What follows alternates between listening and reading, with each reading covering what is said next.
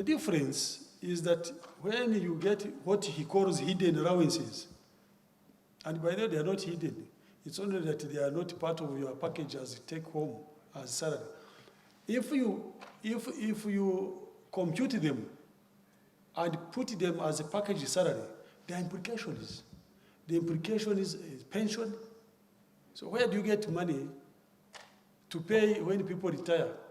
All of that money that has been paid. But I want to agree that there is need to really look at the salary of public servants. And that's why I agree with Honorable Mao that the Salary Review Commission should be in place to look at the inflation trends and see how salary can be relevant.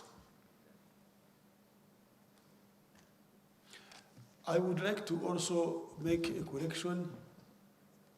No, not a correction, a supplementary information.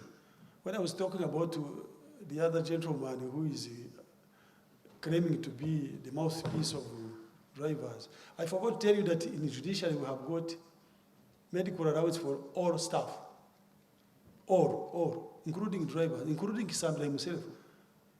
So I think I'm going to get even the card from him, since he is telling lies that he doesn't have. I think he has created problems for himself.